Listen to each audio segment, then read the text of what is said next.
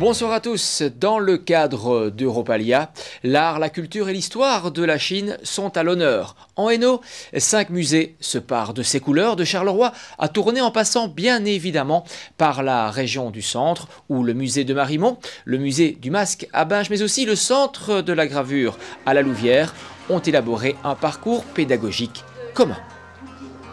Le monde des divinités chinoises. Ambiance studieuse au centre de la gravure et de l'image imprimée de la Louvière. Des enseignants visitaient en primeur ce jour-là l'exposition qui est organisée autour des coutumes et traditions du Nouvel An chinois jusqu'au 14 février prochain dans le cadre d'Europalia Chine. Le Nouvel An chinois est en effet la fête traditionnelle la plus importante dans la culture chinoise. Sur les 3 niveaux du musée, c'est une débauche de couleurs, d'estampes, de papier découpé et de cerfs-volants. Toute la tradition chinoise en un clin d'œil en quelque sorte. Il faut savoir aussi que c'est notre dernière grande exposition avant une période de 7 mois de fermeture. Et donc en fait cette thématique tombait bien, une exposition festive, joyeuse, basée sur l'harmonie, la prospérité.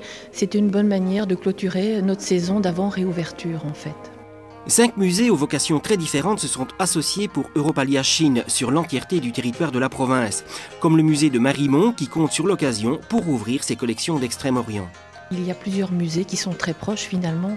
On a donc le musée de Marimont, le musée de la photographie à Mont-sur-Marchienne, le musée du Masque à Binche et puis à Tournai, il y a également une manifestation autour d'Europalia Chine. Donc c'était vraiment intéressant de s'associer, de s'allier pour inciter les visiteurs à circuler d'un musée à l'autre. Peut-être pas forcément à tout faire en une journée parce qu'alors ça devient un petit peu le parcours du combattant et ce qui est gai là-dedans c'est la découverte, de prendre le temps. Mais c'était vraiment le bon moment et la bonne occasion. Les 5 musées étant autour de cette thématique. Et donc c'est tout naturellement qu'ils se sont tournés vers la province de Hainaut.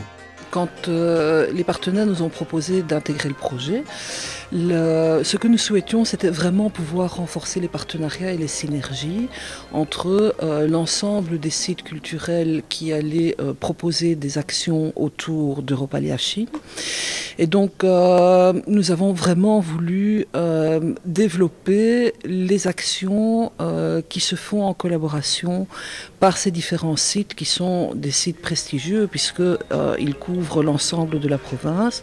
Nous avions vraiment envie de nous investir pour pouvoir montrer à la population hainouière, mais aussi aux personnes qui viendront de l'extérieur parce que Europalia Chine représente quand même un nombre de visiteurs extérieurs certains.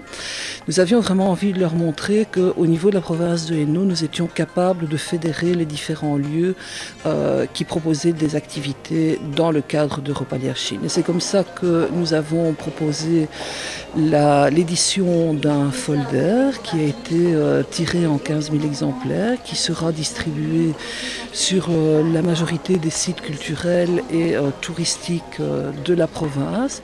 Chaque dépliant contient un bon. Sur présentation de celui-ci, une entrée payante donne droit à une entrée gratuite. C'est mettre l'accent sur une des missions que nous sommes assignés, c'est-à-dire le développement du tourisme culturel.